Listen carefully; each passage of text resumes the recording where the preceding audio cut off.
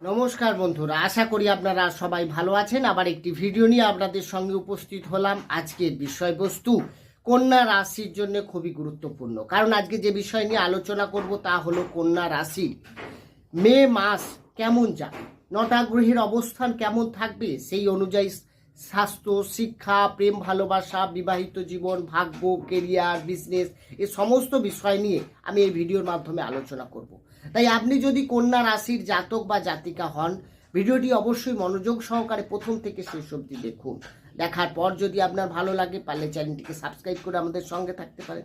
Subscribe করলে পাশে থাকা বেল আইকনটি অবশ্যই প্রেস করে রাখবেন, কারণ এই ধরনের ভিডিও নোটিফিকেশান তাহলে আপনি সহজেই পেয়ে যাবেন। আসিবেন আলোচনায়। তাহলে যখনই মে মাস শুরু হবে, আপনার রাশি সাপেক্ষে গ্রহের অবস্থান থাকবে অনেকটা এরকম, অর্থাৎ আপনার রাশির সপ্তমে অবস্থান করে থাকবে বুধ, রাহু, মঙ্গল, অষ্টমে শুক্র, রবি, নবমে বৃহস্পতি, ষষ্ঠভাবে শনি এবং আপনার রাশিতে অবস্থান করে থাকবে কেতু। গ্রহের অবস্থান অনুযায়ী স্বাস্থ্য কেমন যাবে এই মাসে, স্বাস্থ্য বিচার করা হয় রাশির অধিপতি গ্রহের অবস্থান অনুযায়ী। রাশির মালিককে না রাশির অধিপতি গ্রহ হচ্ছেন বুধ, যে কিনা সপ্তমভাবে কেন্দ্রে অবস্থান করে থাকবে। তাহলে কেন্দ্রে অবস্থান করা থাকা মানে গ্রহ কিন্তু ভালো অবস্থায় থাকা। কিন্তু 11ই মে বুধ সে কিন্তু গোচর করে আপনার অষ্টমে গোচর করে যাবে। তাহলে 11ই মে পর্যন্ত কিন্তু যথেষ্ট ভালো থাকবে। স্বাস্থ্য নিয়ে আপনার তেমন বড় সমস্যা হচ্ছে না, কিন্তু 11ই মের পর স্বাস্থ্য নিয়ে আপনার চাপ থাকবে, কারণ আপনার রাশির উপরে মঙ্গল, রাহুর দৃষ্টি থাকবে, রাশিতে কেতু আছে, তার সঙ্গে সঙ্গে বুধ আবার অষ্টমে যাচ্ছে। এখানে আপনার কিন্তু ইমিউনিটি সিস্টেম অনেকটা উইক থাকবে। আপনি সামান্য কারণে হয়তো শরীর অসুস্থ হয়ে যেতে পারে, ঠান্ডা লাগা, সর্দি, কাশি, জ্বর এই ধরনের সমস্যা আপনার লেগেই থাকতে পারে। 11ই মের পর থেকে আপনাকে কিছুটা সাবধানে থাকতে হবে। এবার আসবো শিক্ষা নিয়ে। শিক্ষা বিচার করা হয় পঞ্চম ভাব থেকে। তাহলে পঞ্চমের অধিপতি গ্রহ কোথায় না শনি ষষ্ঠে আছে, ষষ্ঠের নিজের ঘরে আছে। এটা যদি শত্রু ঘরে বা পাপ গ্রহ যুক্ত থাকতো তাহলে কিন্তু সমস্যা হতো। এখানে কিন্তু যেহেতু ষষ্ঠভাবে আছে, আপনার প্রেমের ক্ষেত্রে অনেকটা চাপে থাকবেন, কিন্তু প্রেমে ডিস্টার্ব হবে না খুব একটা। কিন্তু পঞ্চমে বৃহস্পতির দৃষ্টি থাকছে, সেই কারণে আপনার প্রেমজ লাইফটা খুব ভালো থাকবে।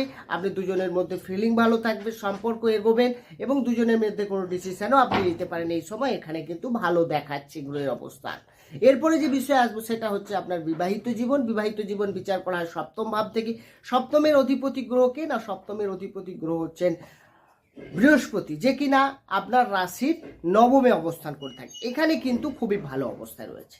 সপ্তমে রাহু থাকছে, যদিও রাহু আপনার কিছুটা ডিমোটিভেটেড করবে, বিবাহিত জীবনে কিছুটা বাধা আসবে। আবার বৃহস্পতি ভালো জায়গায় আছে, সে বিবাহিত জীবনকে ঠিক করবে। তাহলে কথায় কথায় কিছুটা মিসআন্ডারস্ট্যান্ডিং থাকবে, ছোটোখাটো কারণ নিয়ে বড় কোনো সমস্যা বাঁধতে পারে, কিন্তু সেখান থেকে আবার বেরিয়েও আসতে পারে, কারণ আপনার বৃহস্পতি যে সপ্তমের অধিপতি গ্রহ সে কিন্তু পুনরায় আপনাকে সম্পর্কটাকে ঠিক করার চেষ্টা করবে। সেখানে তাহলে বিবাহিত জীবন মিশ্র রয়েছেন, ভালো কিছু থাকবে, আবার কিছু খারাপও আপনাকে সাবধানে এগোতে হবে। এরপরে যে বিষয় আসবো সেটা হচ্ছে আপনার ভাগ্য। ভাগ্য বিচার করা হয় নবম ভাব থেকে। নবমের অধিপতি গ্রহকে না শুক্র, যে কিনা অষ্টমে অবস্থান করে থাকবে 19 মে পর্যন্ত। এখানে কিন্তু ডিস্টার্ব, কারণ অষ্টম ভাব আমরা সবাই জানি আপনার গ্রহ সাপেক্ষে অশুভ ভাব। তাহলে অষ্টমে যখনই নবমপতি থাকছে, তার মানে এই সময় আপনি কোনো বড় ডিসিশন নেবেন না। কোনো সেল পারচেস, কোনো ইনভেস্টমেন্ট, সেটা আপনি 19 মের পর আপনার খুব ভালো রয়েছে। তার মানে মে মাসের 19 তারিখের পর থেকে ভাগ্য আপনার যথেষ্ট সাথে থাকবে এবং বৃহস্পতিও থাকছে সঙ্গে। তার মানে আপনি এখানে কিন্তু বড় কোনো ডিসিশন নিতে পারেন, কোনো বড় মিটিং অ্যাটেন্ড করতে পারেন, কোথাও আপনি ট্রাভেলিং যেতে চাইলে এই সময়টা পারবেন, আপনার জন্য খুবই ভালো। এছাড়া আপনি যদি ইনভেস্টমেন্ট করতে চান, শেয়ার মার্কেট, স্টক মার্কেট, এখানে কিন্তু সেটা ভালো রয়েছে, কারণ ভাগ্য আপনার সাথে থাকবে। 19 মের পর ভাগ্য আপনার সাপোর্ট দেবে।